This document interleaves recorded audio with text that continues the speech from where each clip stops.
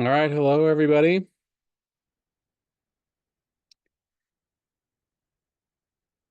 We're going to go ahead and get started. Here to talk to you today about reaching newcomers with AI voiceovers. My name's Ryan Rumpf. Currently working as a Director of Education Access and Innovation at Maestra. And I'm coming to you after, this is year 21 for me in education. I've been an ELD teacher at the elementary, middle, and high school levels. I've coordinated programs for several years now, and also worked as the state director of education or English language development at the Missouri Department of Elementary and Secondary Education. So I've been looking at, how to make things better, how to reach our families for a long time now. Most recently, I served as the principal of a newcomer center, and fairly quickly into my time there, I was looking at ways to reach our newcomer families. Here, a quick shout out to the absolutely amazing team that we had, very highly passionate, caring people that really tried. We tried our best to knock down the barriers that stood between you know, families, the kids, and an effective education. In these pictures, you can see the Assistant Deputy Secretary at the Office of English Language Acquisition, Montserrat Garibay, and her colleague, Melissa Castillo. They came to spend a day with us at our site, and it really was, an honor and a privilege leading this center. And we quickly found, we wanted to design a meaningful education for the families, and I'll get into that in a bit. But there were some other areas that really really got in the way. Oh, Um, we were part of a welcome center too, so there were just issues getting families enrolled in school. All of these enrollment forms, a lot of them are online. It's all in English, and the families need help knowing which documents to bring with them to enrollment, whether they have vaccines or not. Plus, the stress of how are they going to get to school and back again? What are they going to eat while they're there? What school supplies do they need? What's school going to be like? And plus all of those events. And, as the leader of the center, very quickly after taking the reins there and establishing this school, the language barrier came in. And we had students from all over the world. It wasn't just the Spanish speaking world. We had to get kids, or we had students from East Africa, from Asia, Central South America, and they were all transitioning to life and to school in the United States. And so we tried the typical way with the language line and family friends and things like that, and it just wasn't working. So it led me, to search online to find another solution, and came across Maestra and just thought about, the power of video and how much it's in our world these days. So right now, right off the bat, we're going to get in, and my colleague Mike made a video to show us how to use the software. We're going to get into this. Hey, how's it going? Thank you for joining the webinar today, and thank you to Ryan for hosting it. My name's Mike from Maestra, and I'm going to show you how to upload and voice over a video. To get started, we're going to go to the top right of the screen and click New Voiceover. Multiple places I can upload a video from. We're going to choose my device, search for a video we use often for our demos. Now, the first thing I want to do while this video is uploaded is select the number of speakers in the video. This will help us to better ID the speakers and apply separate voices to them. I'm then going to choose my first language to translate to. That will be Spanish.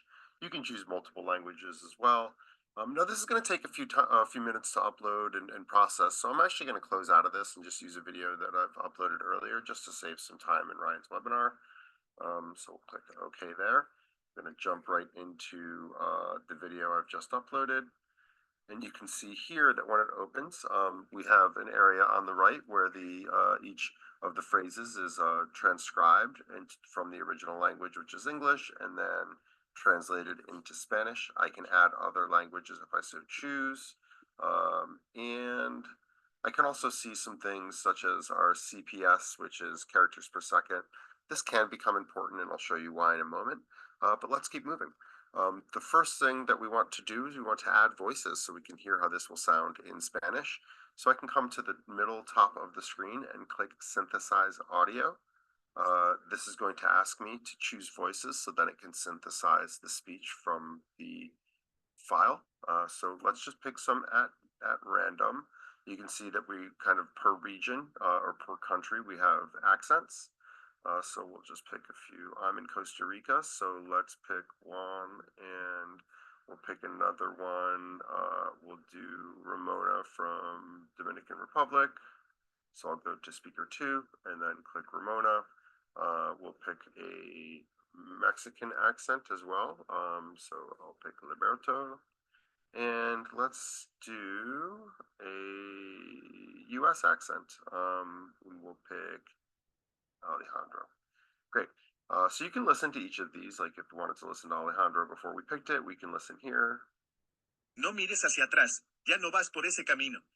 Now, just kind of saves time, so I'm not going to go through and listen to them. We'll just pick them arbitrarily for now. I'm going to click synthesize. So what this is actually doing is it's creating individual segments with the Spanish speech for each of the English phrases that we have transcribed. So I can come to the right of the screen below the video, and you can see that I have 2 volume controls, the source volume and the voiceover.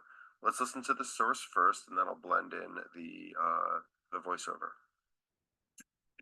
When it comes to media content, accessibility and localization set you apart. It comes down to multiple jobs being done well. Today, we'll cover speech-related conditions. He visto cosas que ustedes no creerían.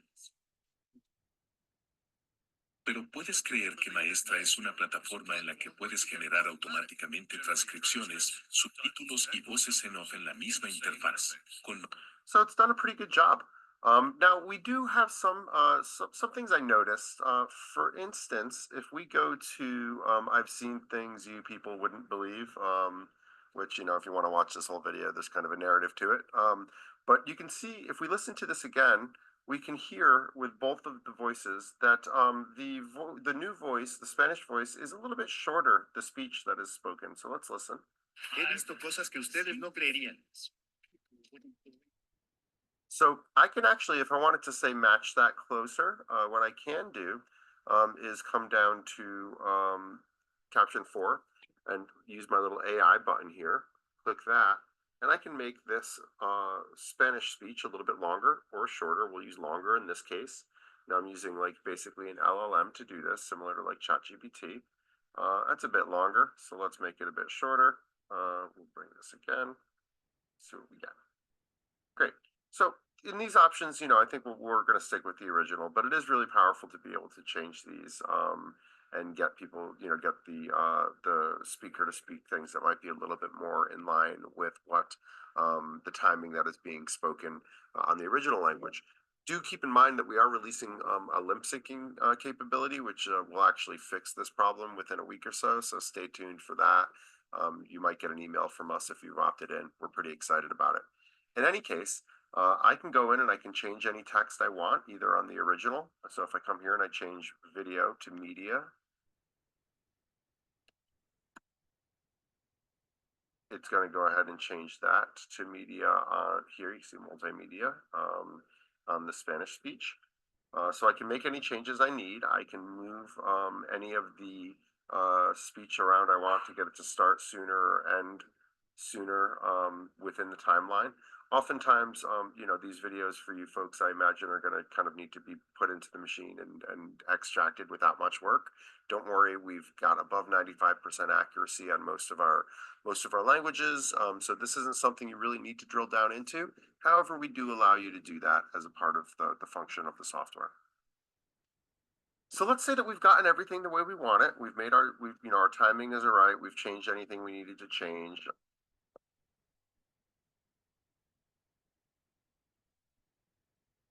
Is that still? We make sure that we have a green button by synthesizing the audio again. So we're set there. Now, there's a few other things we can do before we export this video, which can be really helpful in the educational space.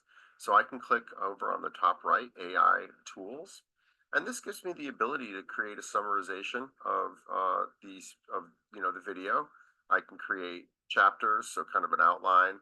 I can write a quiz, which can be really useful if this is like kind of an in-classroom thing. And then fact checking, sentiment analysis, and keyword can be helpful, but maybe not so much in this case. But you can hear for summary, for instance, I've just created a summary for this, which is really helpful. So I can maybe copy and paste this into the email that I'm Gosh, why is it doing that? sending with the video. Parents, for instance, if it's a newcomer family and you want to make sure that any important details and instructions for the families are understood in their native language. So this can save you a bunch of time as well. So with that aside, we will just move over to exporting the video.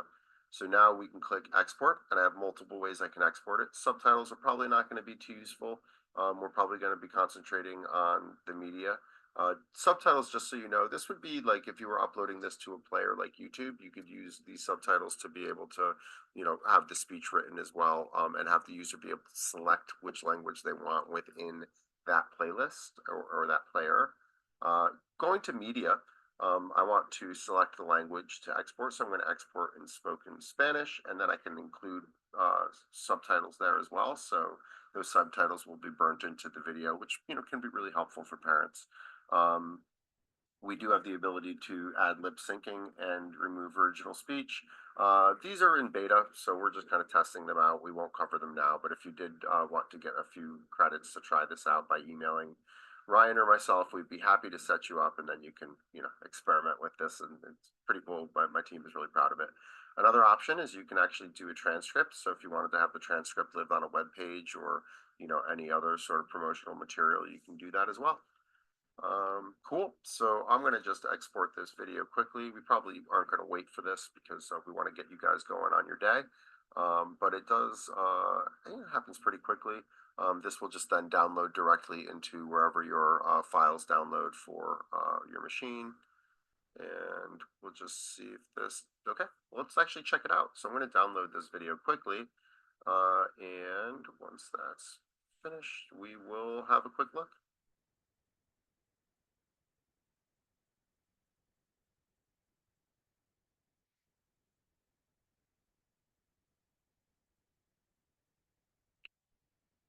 When it Cuando comes se to trata de media contenido content, multimedia, la accessibility and accesibilidad y la localization set localización you no apart. diferencian. Todo se reduce a que varios trabajos se hagan bien. Hoy hablaremos de una afección relacionada con el So something to note there, what I did was I actually blended this. So I had a little bit of the source volume in with the voiceover volume. If we actually just go only voiceover volume and no source volume, and then we re-download, we're just going to get that one. Or if we want to keep some background music, we can always click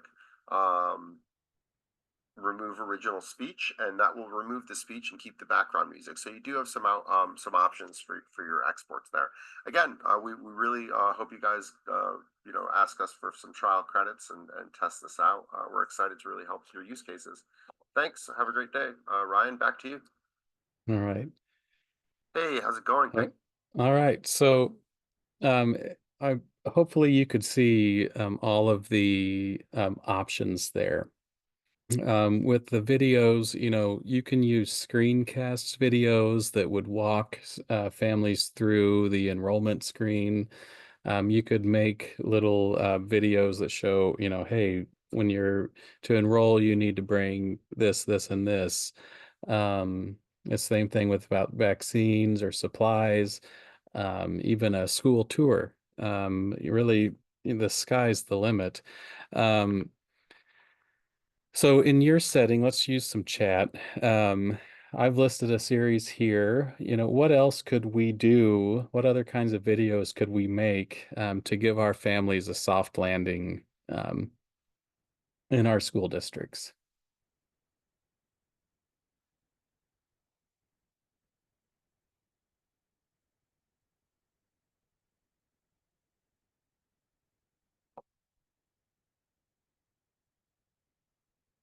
Thinking about the ways, just that initial, you only get one chance at a first impression.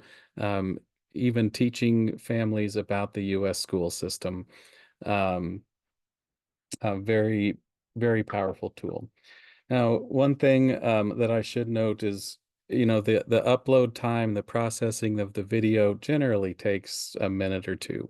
It really doesn't take that long to get them uploaded, especially the shorter 2 to 3 minute videos. And how cool is that lip sync or syncing and voice cloning? They can, it's just incredible. And the accuracy, of course, I was very interested in the accuracy of the videos. I made some in Burmese, trying to, I wanted to pick the language that I felt might have been the hardest or the most difficult to dub accurately.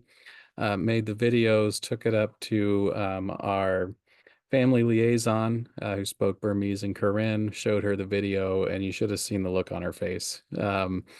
She was just surprised and said, "How did you do that?" And was automatically sold, was ready to make some more videos. Um, so, and just think about all the other things, all these apps that are out there now that help parents, with a variety of things. I think I have 4 different apps that I use right now for my own kids' school. And these apps, you do enrollment, you can check grades, attendance, you can even see your kids' work, uh, um, and even where their school bus is. And you know, there's a digital literacy component, and some of our parents aren't familiar with how to do this, and plus they're all in English. So I mentioned screencasting before, but any videos work. But just imagine the power of, we have parents who are worried about their children and where they're at after school and where the bus is. Well, English speaking parents and the ones that understand the US school system are just, we can download the app, make an account, make sure we plug the right information in, and we can see where our kids are on their way home. Well, our newcomer families aren't able to do that without some assistance. So, you can help each one individually, and more power to you if that's what we're doing. But as a system, we can come up with a way to really make a difference and teach the parents how to do that through video. And speaking of learning in the classroom, we already know this. We learn so much from video these days, even us adults. I mean, I just learned how to change my brake light on my car from watching a YouTube video. They show up in they show up in curriculum on instructional technology. Kids are watching videos, and it is engaging. It's fun. Um, but I've always struggled with it because they're generally all in English. Some of us are lucky and get some in Spanish, but our schools have more languages, and we need to find ways to elevate these other languages, but besides just English and Spanish. Now, our newcomers, they're trying to catch a moving target, and technology provides us a way to give them a personalized pathway that gives them engaging content, things like that to really help them. But it's in English, and we can slow the videos down and maybe give them some subtitles. But if we can put these videos in their native language, it can be very powerful. But, we do have to be careful. We don't want to live there though. The ultimate goal is to teach them English or develop their bilingual skills. So when is the appropriate time to translate? Preparing kids for learn. Well, I'll say, half the battle is just getting the kids to understand what we want them to do. So preparing them to learn, clarifying information, enrichment opportunities. Those are all great times to give students a chance to do something in their native language. Of course, from a building leaders perspective, the behavior component, teaching kids the rules of school, all the routines and procedures. We had made a video for walking in a line, for sitting on a carpet, for riding a bus, all of those things that I was dealing with on a near daily basis. We could show a video, and it took care of nearly all of those issues. And we found that it wasn't so much the kids' behavior; it was just a cultural understanding. Um, Emotional support. So, if a kid's going through some stuff, they're in their emotions, being uprooted or displaced does have an impact on kids, and so does culture shock. So for even the kids that hopped on a plane and came here in relative comfort, there's culture shocks, a roller coaster of an emotion. So if we can provide a way to translate for that in school, great. Also safety and security, all those drills that the kids go through, big loud noises, likely meant something different or something real where the kids are coming from. So the alarms going off, we should have opportunities to prepare kids for um, that kind of stuff. But we found the real power. We found the real power with Maestra was with the instruction, and this took some time, right? We started off in our newcomer center doing very traditional logistical type things, homeroom classes, typical type activities and lessons that you would see. And we were able to use Maestra to do certain things. And like I said, half the battle is just getting kids to understand what we want them to do. So all of these areas are ways that um, we can provide access. So building background, accessing prior knowledge, um, the learning objectives, explaining the activities, explaining the steps of a project. These are all ways a quick little video will help kids access either the content or the activities. But relatively soon after we started, we realized that there were several things that were going on in the Newcomer Center. And one of them was the revolving door of kids. An August to May type curriculum or program just didn't make sense because kids were coming in all throughout the year, and certain things build on each other. So we needed a system that addressed that. And we also needed a system that addressed the different learning experiences the kids have had beforehand. So some came to us with very strong academic skills, very solid education in their home country, while others came to us with gaps and having not been in school for several years. They had different starting points, so we had to address that too, and we did that through well, first teamwork, but also some innovation. And video came into play here too. It's just amazing where all it can come in. The idea of flipped learning, we wanted a very strong homeschool relationship. And one of the hard things for parents is that if they don't understand what the kids are learning, it's kind of hard for them to help. So the videos where they could access anytime, anywhere, gave the parents an understanding of what the kids should be learning so that they could help out at home too. And whenever the kids got to school, we could do more of the higher DOK type things, and more complex language activities because they've already done like the initial building capacity part. at home. But we eventually got into what we called mastery-based learning, and it has a lot of different names now. Mastery-based, competency-based, personalized. In essence, this is meeting the kids where they are. So we took all of our district's proficiency scales, stacked them on top of each other, identified priorities, and sequenced them out into manageable steps.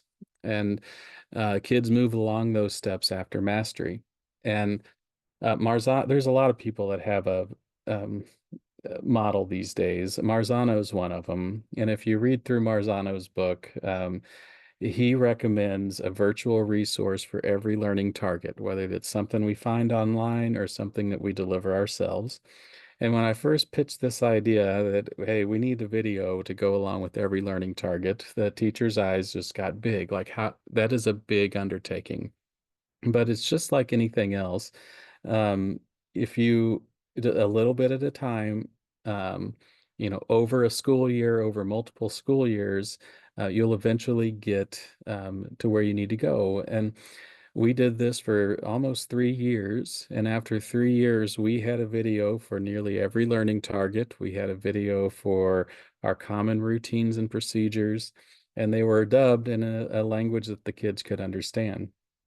So just imagine watching a video. This is wrapping your head around what they need to be learning. And after the video, we do our ESL type things and build the language to go along with it. And that was our instructional routine. And we couldn't have done it without video. So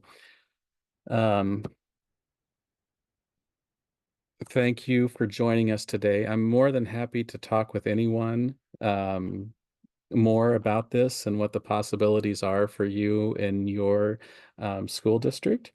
But again, it's a fantastic tool, widespread use in school districts, from instruction to providing families a soft landing and even access to just the basic things in the district.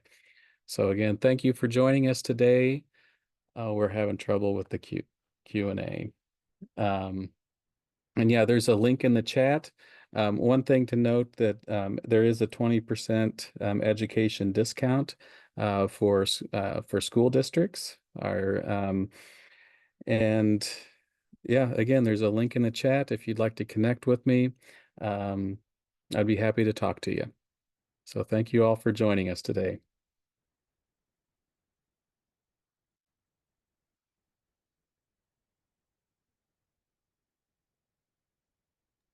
Hey, thanks, Ryan. And thanks for everybody for joining. We had a little bit of an issue with the chat. So in the Q&A, I did put the link that Ryan referenced. If you book that, we'd love to, learn a little bit more about your use cases and how Maestra can help. So please check that link out. And thanks again. Have a great day. Ciao.